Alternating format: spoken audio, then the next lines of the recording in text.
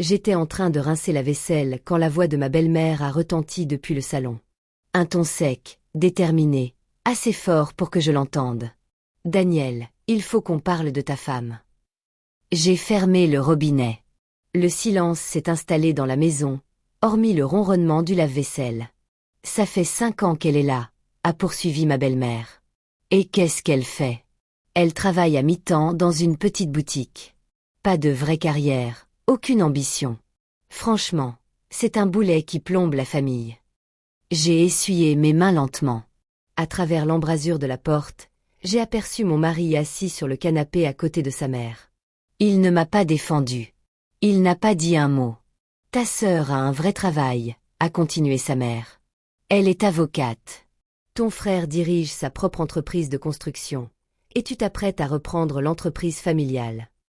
Mais elle, qu'est-ce qu'elle apporte à cette famille? » Je suis entrée dans le salon. Ils ont tous deux levé les yeux. « Vous avez raison, » ai-je dit doucement. « Je ferais mieux de vous laisser tranquille. » Ma belle-mère cligna des yeux, surprise que j'ai entendu. Surprise que je ne proteste pas. Mon mari finit par prendre la parole. « Chérie, maman. »« C'est bon, » l'interrompis-je. « Je comprends. Je vais commencer à chercher un appartement cette semaine. » Je montai à l'étage avant qu'il n'ait pu répondre. Ce soir-là, je restai allongée dans le lit à côté de Daniel pendant qu'il dormait. 5 ans. 5 ans à m'effacer pour que sa famille se sente plus grande. 5 ans à hocher la tête et à sourire pendant qu'ils parlaient de leur vraie carrière et de leur héritage familial. 5 ans à les regarder développer leur petite chaîne de magasins de meubles jusqu'à en faire quelque chose dont ils étaient fiers. Sans jamais leur demander comment ils avaient réussi à se développer si vite. J'avais 28 ans quand j'ai rencontré Daniel. Il était charmant, drôle, ambitieux. Sa famille possédait 3 magasins de meubles dans tout l'État et nourrissait de grands rêves. Dès notre 2e rendez-vous, j'étais déjà à moitié amoureuse de lui. Au bout de 6 mois, j'avais rencontré toute sa famille et compris leur dynamique. Sa mère était la reine incontestée. Son père acquiesçait. Ses frères et sœurs rivalisaient pour obtenir son approbation. Cela ne me dérangeait pas. Je venais d'un autre monde. Mes parents étaient des gens discrets. Mon père enseignait dans un collège communautaire. Ma mère était bibliothécaire. Il m'avait élevée en m'encourageant à tracer ma propre voie. Et c'est ce que j'ai fait. À 22 ans, j'ai commencé à investir de petites sommes. Je lisais tout ce que je pouvais sur les marchés, l'immobilier, le financement d'entreprises. J'étais douée avec les chiffres. J'étais encore meilleure pour repérer les tendances. À 25 ans, j'avais transformé l'héritage de 30 000 $ de ma grand-mère en 200 000 $. À 27 ans, j'avais franchi le cap du million. Je travaillais comme consultant pour une petite société d'investissement. C'était le travail à temps partiel que ma belle-mère adorait dédaigner. Ce qu'elle ignorait, c'est que je conseillais des clients fortunés, analysant des portefeuilles d'une valeur bien supérieure à celle que ces magasins de meubles n'atteindraient jamais. Je travaillais 20 heures par semaine et gagnais en un mois plus que Daniel en un an à la tête du plus grand magasin familial. Mais je ne lui ai jamais rien dit, ni à lui ni à eux. Quand nous nous sommes mariés, j'ai signé un contrat prénuptial sans hésiter. Sa mère insistait sur le fait qu'elle voulait protéger le patrimoine familial.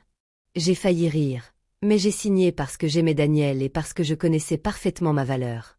Ce qu'ils ignoraient, c'est que je les protégeais aussi. 2 ans après notre mariage, le père de Daniel a eu un problème de santé. L'entreprise familiale a subi un coup dur. Ils avaient besoin de liquidités pour se développer, pour ouvrir un 4e établissement et rester compétitifs. La banque refusait de leur accorder le montant total nécessaire. Je les ai vus se démener. Je les ai vus stresser. J'ai vu ma belle-mère s'emporter contre tout le monde. Un après-midi, j'ai appelé un associé du cabinet. 3 jours plus tard, Daniel est rentré fou de joie. La banque avait approuvé leur prêt. Le taux d'intérêt était incroyable. Les conditions étaient flexibles. Sa famille était sauvée. Il n'a jamais demandé pourquoi. Il ne s'est jamais posé de questions. Et je ne lui ai jamais dit que j'avais personnellement garanti le prêt par le biais d'un véhicule d'investissement privé.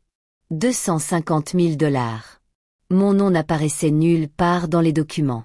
Simple associée silencieuse qui croyait en leur entreprise. Ils ont ouvert un 4e magasin, puis un 5e. L'affaire prospérait, ils gagnaient de l'argent, et je les observais de loin, pliant leur linge et faisant mon petit boulot à temps partiel. J'ai recommencé 1 an plus tard lorsqu'ils ont voulu racheter un concurrent. Encore 180 000 $. Même structure, même silence. Quand ma belle-mère m'a traité de boulet dans ma propre maison, j'avais discrètement investi plus d'un demi-million de dollars dans l'entreprise familiale dont elle se vantait à chaque repas de famille. Je n'ai jamais voulu de crédit. Je voulais que mon mari soit heureux. Je voulais que sa famille réussisse. Je pensais que c'était ça, l'amour, se faire discrète pour que ceux qu'on aime se sentent importants. Mais cette nuit-là, allongée dans mon lit, j'ai compris quelque chose. Il ne me voyait pas comme une personne discrète. Il me voyait comme invisible. Et il y a une différence. Le lendemain matin, j'ai commencé à passer des coups de fil. J'ai d'abord appelé mon conseiller financier, Marcus. Il gérait mes comptes depuis mes 26 ans. Il faut que je restructure certaines choses, lui ai-je dit. De quoi parle-t-on? Demanda Marcus. Je dois dissoudre ma participation dans l'entreprise familiale Sullivan. Il y eut un silence. Les magasins de meubles, ça marche bien. Je sais, mais je me retire. Puis-je vous demander pourquoi? Pour des raisons personnelles. Marcus savait qu'il valait mieux ne pas insister. D'accord, je vais rédiger les documents. Mais vous savez que cela signifie qu'ils devront trouver un autre investisseur ou racheter vos parts. Compte tenu des conditions que vous avez fixées, ils ont 60 jours. C'est parfait. Et ils découvriront qui était l'associé commanditaire. Je sais. J'ai ensuite appelé mon avocat spécialisé en immobilier, Daniel. Je vivais dans une maison appartenant à ses parents. Ils nous l'avaient offerte en cadeau de mariage, bien qu'elle soit toujours à leur nom. J'avais payé un loyer tous les mois pendant 5 ans. 1 500 $ avaient été discrètement transférés de mon compte personnel au leur. Ils pensaient probablement que c'était Daniel qui payait. Ils pensaient probablement que je payais pour les revenus de ma boutique. Je dois trouver un nouvel appartement, dis-je à mon avocat. Un petit appartement, dans un bon quartier. Je peux payer comptant. Sous quel délai? 2 semaines plus tard, j'ai appelé la boutique où je travaillais et j'ai donné ma démission. Ma patronne, une femme d'une 60aine d'années qui savait parfaitement qui j'étais et ce que je faisais, a haussé un sourcil. Finalement, elle a dit « Enfin quoi? Enfin fini de te cacher. » J'ai fait mes valises petit à petit. Je n'ai rien pris qui ne m'appartienne pas. Vêtements, livres, les bijoux de ma grand-mère, mon ordinateur portable. J'ai laissé tous les meubles, tous les appareils électroménagers, toutes les photos encadrées. Qu'il les garde. J'emportais quelque chose de plus précieux. Mon petit coin de paradis. Daniel ne s'en est pas rendu compte pendant 3 jours. Il est rentré du travail, m'a embrassé sur la joue et m'a demandé ce qu'il y avait pour le dîner. Je lui ai dit que j'allais rendre visite à une amie. Il a hoché la tête et a allumé la télévision. Le 4e jour, il a vu les cartons dans la chambre d'amis. Qu'est-ce que c'est que tout ça? A-t-il demandé. Je déménage, ai-je simplement répondu. J'ai trouvé un logement. Je serai parti vendredi. Il m'a dévisagé. Quoi? À cause de ce que ma mère a dit. Non, ai-je répondu. À cause de ce que tu n'as pas dit. J'allais lui parler. Ça fait 4 jours, Daniel. Il passa une main dans ses cheveux. Bon, j'aurais dû te défendre. Je suis désolé, mais tu ne peux pas partir comme ça. On est mariés. Je ne demande pas encore le divorce. J'ai dit, j'ai juste besoin d'espace. C'est de la folie. Tu en fais tout un drame. Je le regardais. Vraiment. Je le regardais. Cet homme que j'aimais depuis 7 ans. Cet homme qui était resté silencieux pendant que sa mère me traitait de bonne à rien. D'accord, dis-je doucement. J'ai fini de faire mes valises. Vendredi, j'ai emménagé dans mon nouvel appartement. 110 mètres carrés, au 10e étage, avec des baies vitrées donnant sur la ville. J'ai payé comptant. 420 000 $. Je n'ai pas sourcillé. Daniel m'a appelé 17 fois ce week-end-là. J'ai répondu 2 fois. J'ai juste besoin de temps. Je lui ai dit, on se reparle bientôt. Sa mère m'a appelé une fois. Je n'ai pas répondu. 3 fois. Quelques semaines plus tard, Marcus m'a appelé. L'avocat de la famille Sullivan a pris contact avec moi. Il m'a dit, il demande un délai supplémentaire pour le rachat. Pourquoi? Ils n'ont pas les fonds nécessaires. Ils essaient d'obtenir un prêt pour couvrir votre part. Combien me doivent-ils? D'après l'évaluation actuelle et votre participation, vous pourriez toucher environ 900 000 $. Je suis resté silencieux. Ils sont sous le choc, a poursuivi Marcus. Selon leur avocat, ils ignoraient tout de leur investisseur silencieux. Les documents ne mentionnaient que la SARL. Maintenant que j'ai déposé la dissolution, votre nom figure partout. Que se passe-t-il s'ils ne peuvent pas payer? Les conditions habituelles. Ils font défaut et votre participation se transforme en contrôle. Vous posséderiez 51% de l'entreprise familiale Sullivan. Je ne veux pas de ça. Je sais, mais c'est le contrat que vous avez signé. 4 semaines après mon départ, Daniel s'est présenté à mon appartement. Il avait mauvaise mine, mal rasé, épuisé. Il faut qu'on parle, a-t-il dit. Je l'ai fait entrer. Il est resté debout dans mon salon à regarder autour de lui. Les meubles étaient neufs, chers, pas les vieux meubles hérités de sa famille. Il l'a remarqué. Mon père a eu une réunion avec la banquière. Daniel a dit qu'il lui avait parlé du prêt, de qui le garantissait, de qui investissait dans l'entreprise depuis 3 ans. Il n'a rien dit. C'était toi, a-t-il dit. Depuis le début, c'était toi. Oui, tu as investi plus d'un demi-million, plutôt 600 000 $ si on inclut l'expansion immobilière de l'année dernière. Il s'est laissé tomber lourdement sur mon canapé. Comment ça se fait que tu travailles à temps partiel? Je travaille 20 heures par semaine comme consultant pour des clients fortunés. Je gagne environ 30 000 $ par mois. Sa bouche s'est ouverte. Puis refermée. 30 000 $ avant impôt. C'est plus que ce que je gagne en un an. Je sais. Il a levé les yeux vers moi. Pourquoi tu ne me l'as pas dit? Parce que tu ne m'as jamais posé la question. Ça a fait mouche. Je l'ai vu s'imprégner en moi. Tu ne m'as jamais demandé comment je payais mes factures, ai-je continué. Tu ne m'as jamais demandé d'où venait mon argent. Tu ne m'as jamais demandé si j'avais besoin de quoi que ce soit. Tu as juste supposé que mon petit boulot et mon absence d'ambition me convenaient. Je n'ai jamais dit ça. Tu n'étais pas obligé. Tu as laissé ta mère le dire. Tu es resté là, sans rien faire, à la laisser me traiter de morte. Attends.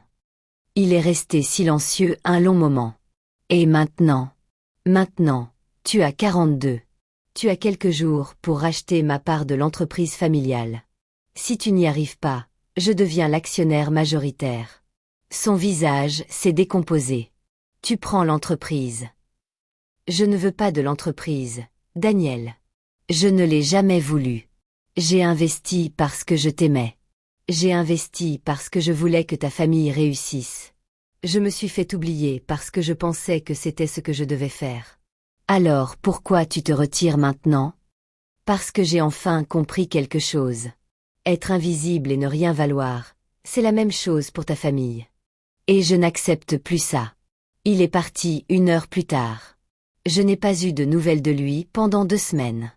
Les messages ont commencé à arriver par d'autres moyens. Sa sœur m'a appelé.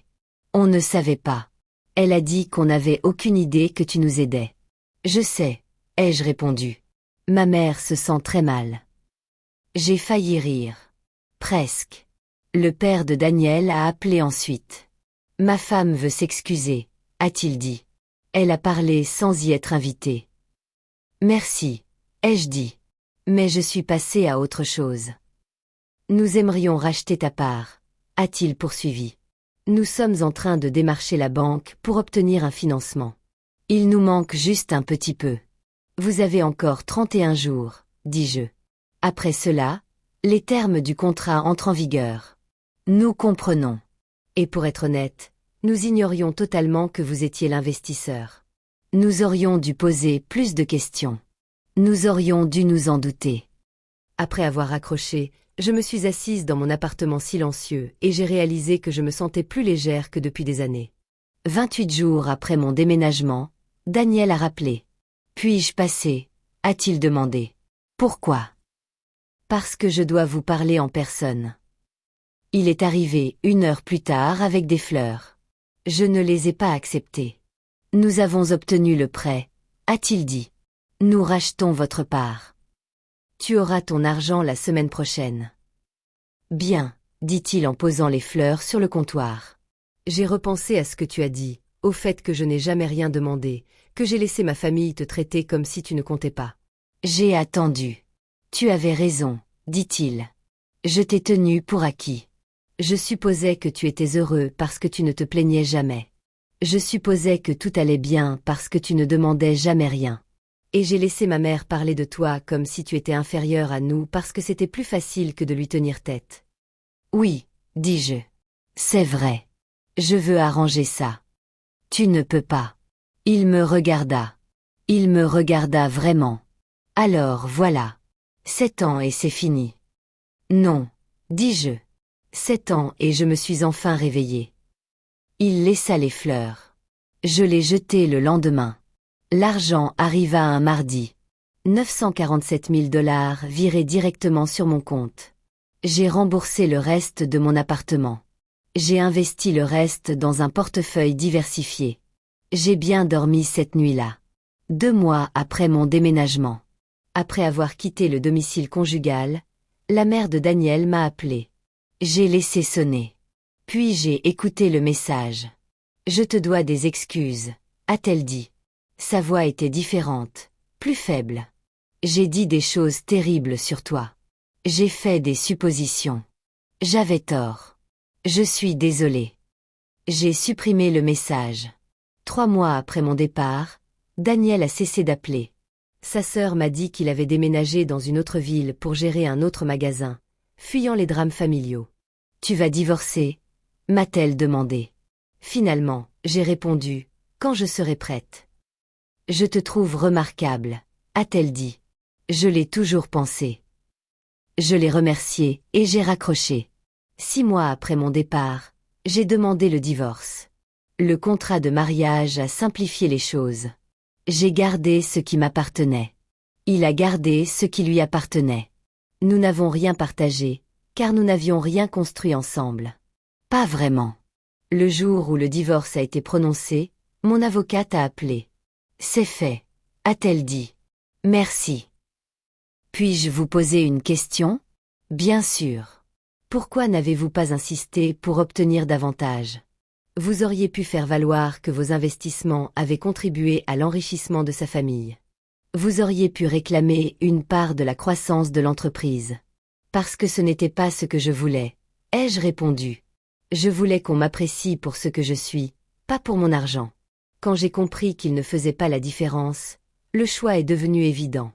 J'ai raccroché et j'ai regardé autour de moi, mon appartement, mon espace, ma vie, ma tranquillité.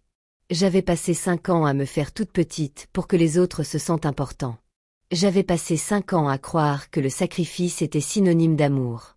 J'avais passé 5 ans à attendre que quelqu'un me voie.